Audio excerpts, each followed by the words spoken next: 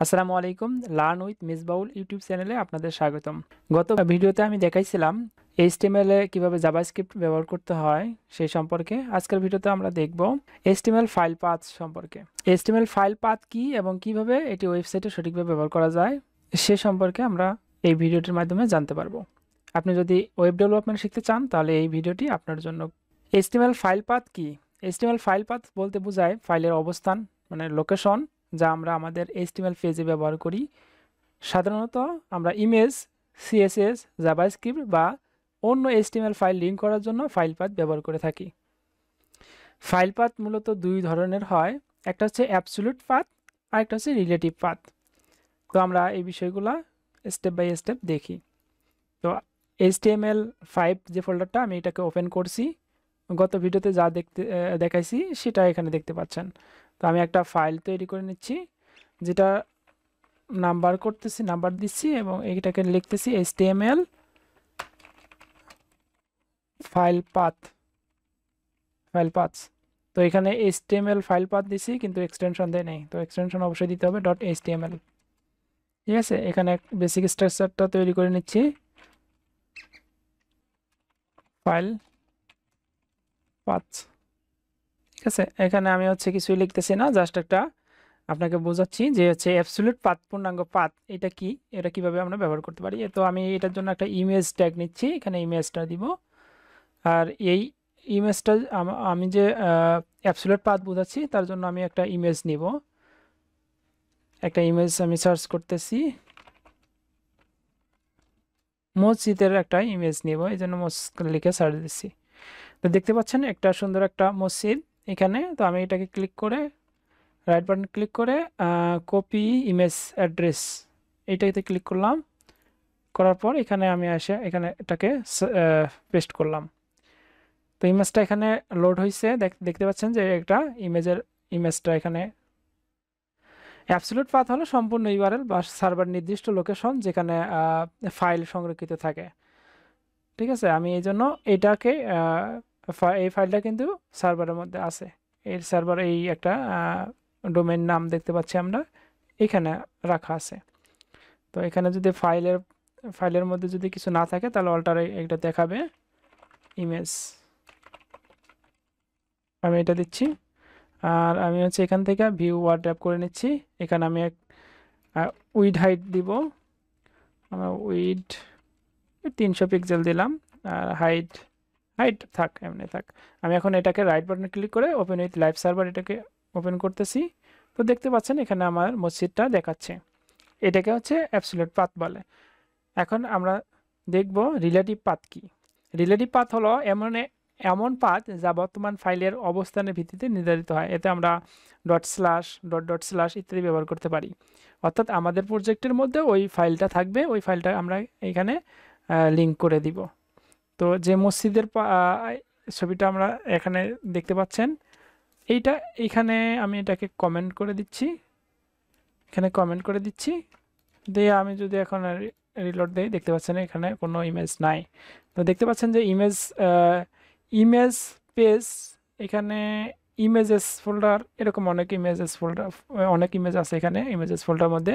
এখানে max1 নামে একটা ফাইল আছে, যেটা পিএনজি টাইপের ফাইল। তো আমি এখানে একটা ইমেজ আবারও নিচ্ছি। এখানে ইমেজের সোর্স এইভাবে লিখবো, ইমেজেস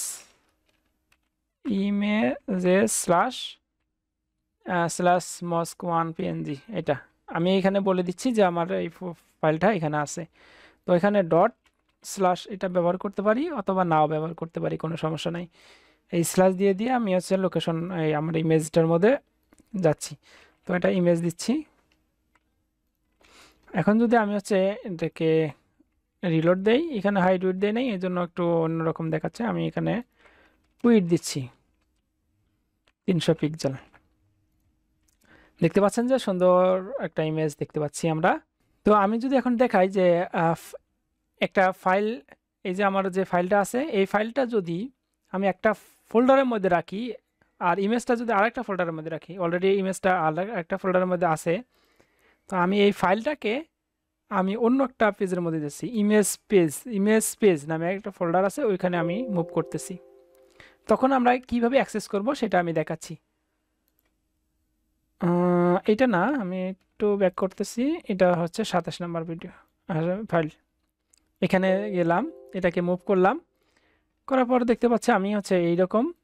তো এখন কিন্তু আমি যদি এটাকে রান করি, এটা এটা কিন্তু দেখাবে না, এটা এরকম এরর দেখাবে।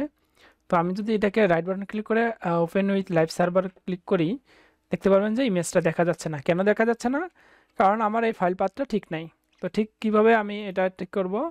এটা একটা ফোল্ডারের মধ্যে ফাইলটা, এই ফাইলের মধ্যে অন্য একটা ফোল্ডারের মধ্যে একটা ইমেজ, আর এই ইমেজ পেজ একটা ফোল্ডার আছে, ওই ফোল্ডারের মধ্যে ফাইলটা আছে, আর অন্য একটা ফোল্ডার ইমেজেস ফোল্ডার, ওই ফোল্ডারের মধ্যে ছবিটা আছে। তো আমি এটাকে অ্যাক্সেস করার জন্য আমার যে ফাইল আছে সেখান থেকে বের হয়ে এইটার মধ্যে আসতে হবে। তাহলে বের হয়ে যদি আসতে যাই তখন কিন্তু দুটো ডট দিতে হয়। দুটো ডট দিলে আমি হচ্ছে এই ফাইল এই ফোল্ডার থেকে বেরিয়ে আসব। বেরিয়ে আসার পর এখন যে এই ফোল্ডারের নামটা দিব, এই ফোল্ডারের নামটা এখানে এইটা, তারপরে ফাইলের নামটা এক্সটেনশন সহ দিয়ে দিব। এখন যদি আমি রিলোড দেই তখন দেখতে পাচ্ছেন যে আমার ইমেজটা ঠিকঠাকভাবে কাজ করতেছে। এইভাবে আমরা ফাইল পাথ ঠিক করতে পারি। এছাড়া আমরা বিভিন্ন লিঙ্ক করতে পারি, জাভাস্ক্রিপ্টের লিঙ্ক, সিএসএস লিঙ্ক, এক্সটার্নাল যে সিএসএস ফাইলগুলো আমরা এগুলা লিঙ্ক করতে পারি।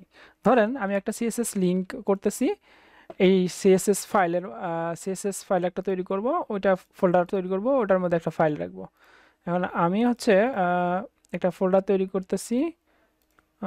এটা ফোল্ডার এখানে হবে না। আচ্ছা, আমি একটা ফোল্ডার তৈরি করতেছি, যে ফোল্ডার নাম হচ্ছে সিএসএস ফোল্ডারের মধ্যে একটা ফাইল তৈরি করতেছি, যেটার নাম দেব style.css। এইখানে আমি কিছুই দিচ্ছি না, এখানে 27 নম্বর লাইনের মধ্যে আমি লিঙ্ক করব এখন। তো এটা যেহেতু হচ্ছে একটা একটা ফোল্ডারের মধ্যে আছে, তাহলে এখানে লিঙ্ক দিলাম।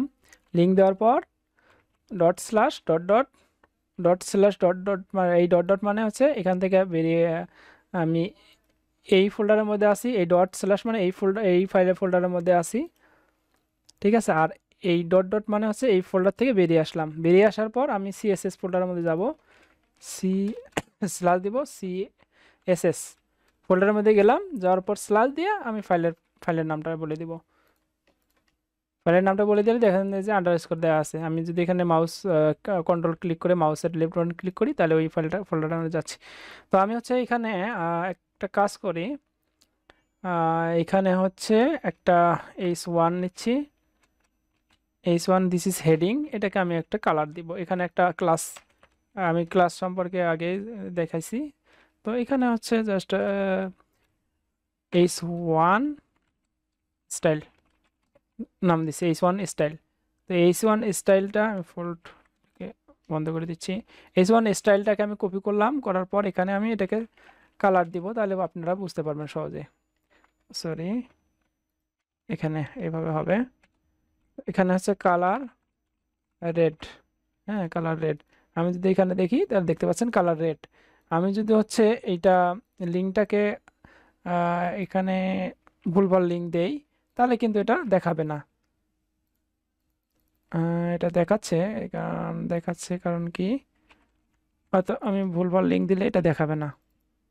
আচ্ছা, এখানে দেখাচ্ছে, এখানে ডাবল দিলেও দেখাচ্ছে, কারণ এটাকে আমি উঠাই দিচ্ছি। সরি, এখানে দেখতে পাচ্ছেন যে দেখাচ্ছে না, ঠিক আছে। আমি যদি এখানে ডাবল ডট দিয়ে স্ল্যাশ দেই তাহলে কিন্তু দেখাবে, এই যে, ঠিক আছে। আজকের ভিডিওতে আমরা শিখলাম HTML ফাইল পাথ কি, অ্যাবসলিউট ও রিলেটিভ পাথ এর ব্যবহার, এবং সিএসএস ও জাভাস্ক্রিপ্ট ফাইল কিভাবে লোড করতে হয়। তো সিএসএস ফাইলটা আমি দেখাইছি, জাভাস্ক্রিপ্ট দেখাই নাই। জাভাস্ক্রিপ্ট কিন্তু এখানে আমি যদি স্ক্রিপ্ট লিখি বা এখানে স্ক্রিপ্টের মধ্যে src সোর্স, এখানে আমি ফাইলের নামটা বলে দিতে পারি js, এইভাবে, ঠিক আছে। এইভাবে লিঙ্ক করতে পারি। যদিও আমার ফোল্ডার এখানে কোনো ফোল্ডার বা ফাইল নাই, আমি এখানে ফাইল ফোল্ডার তৈরি করতে পারি চাইলে, তো আমি তৈরি করতেছি না, এখন দরকার নাই। এই ছিল আজকের আমার ভিডিওটি যদি আপনার ভালো লেগে থাকে তাহলে লাইক দিন, শেয়ার করুন, আর সাবস্ক্রাইব করতে ভুলবেন না। দেখা হবে পরবর্তী ভিডিওতে। সেই পর্যন্ত ভালো থাকেন, সুস্থ থাকেন, আল্লাহ হাফেজ।